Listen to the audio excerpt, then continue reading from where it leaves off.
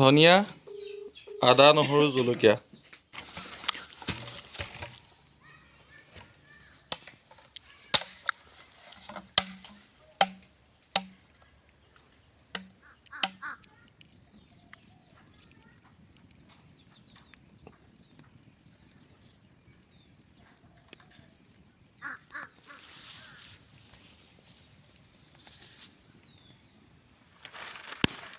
এটা এনেকৈ ফোপা দিলে হ'ব। ফোপা দিবলৈহে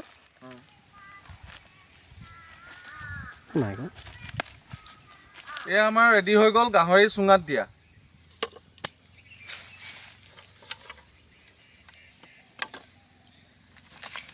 ব্ৰেডৰ লগত এইটো ব্ৰেডত এনেকৈ গাহৰি বইল গাহৰি এইটো গ্ৰেভিটো লৈ পেলাই খাওঁ আৰু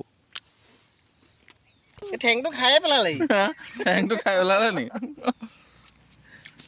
এনেকৈ আমি এই ব্ৰেডৰ লগত মাজে মাজে বহি পেলাই তো গাহৰি চুঙাত দি পেলাই এনেকৈ বনাই পেলাই খাওঁ। চব খতম হৈ গ'ল।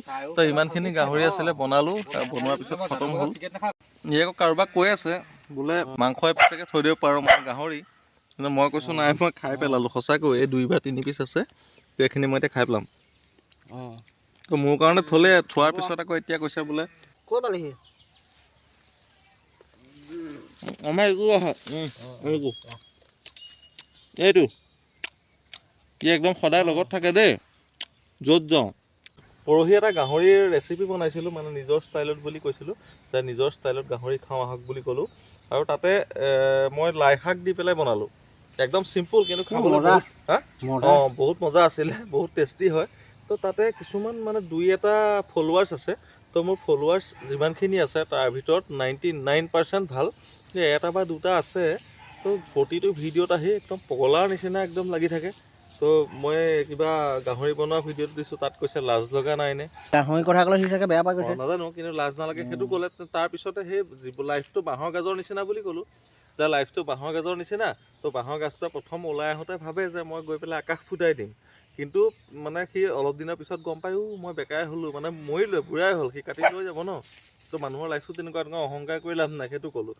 সি তাতো সেই তেনেকুৱা কিবা এটা ক'লে, তই বোলে বাঁহৰ গাজ। কমেণ্টটো চাইছিলোঁ, চাইছিল নে? তো মই বাঁহৰ গাজ বা কি বুলি মতলব নাই, কিন্তু হিতেশ দাসো তোৰ নিচিনা ফলোৱাৰ মোৰ তাতে নাই মানে এতিয়ালৈকে।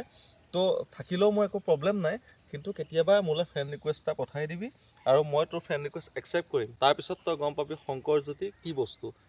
অগ্নিনাভ মন্দিৰৰ যি শিখা মজুমদাৰ বেজবৰুৱাৰ ওচৰত গৈ পেলাই ল'ৰা ছোৱালী বিচৰাসকলক কৈছোঁ, যিসকলে ল'ৰা ছোৱালী তাত গৈ পেলাই বিচাৰে। তো এই IVF যে এইবিলাক দেখিছে, ইমান ডাঙৰ ডাঙৰ ডাক্তৰ ওলাইছে, চাইণ্টিষ্ট ওলাইছে।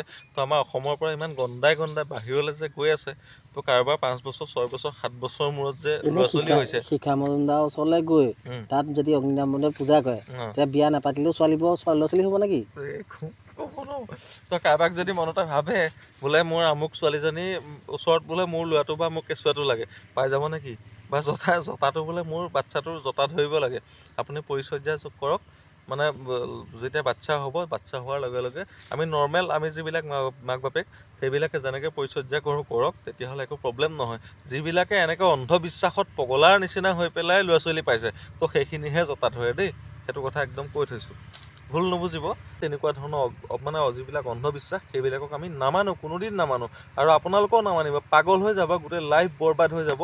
আপোনাৰ ল'ৰা ছোৱালীৰ পৰা আদি কৰি সকলোৰে লাইফ ধ্বংস কৰি দিব। কিন্তু অগ্নিনাভৰ নিচিনা, অগ্নিনাভ বুলি কোৱা নাই দেই, অকল সেইটো আলম লৈছোঁ, নাম লৈছোঁ যে অগ্নিনাভৰ নিচিনা যিমান তেনেকুৱা বস্তু আছে সেইবিলাক বাদ দিয়ক। তো নিজৰ ইষ্ট দেৱতাক স্মৰণ কৰক, আপোনালোকে নিজৰ কাম কৰি যাওক। কামত যি কাম আছে নিজৰ, আপোনালোকৰ যি নিজৰ কৰ্ম, সেই কৰ্মত কেতিয়াও অৱহেলা নকৰিব।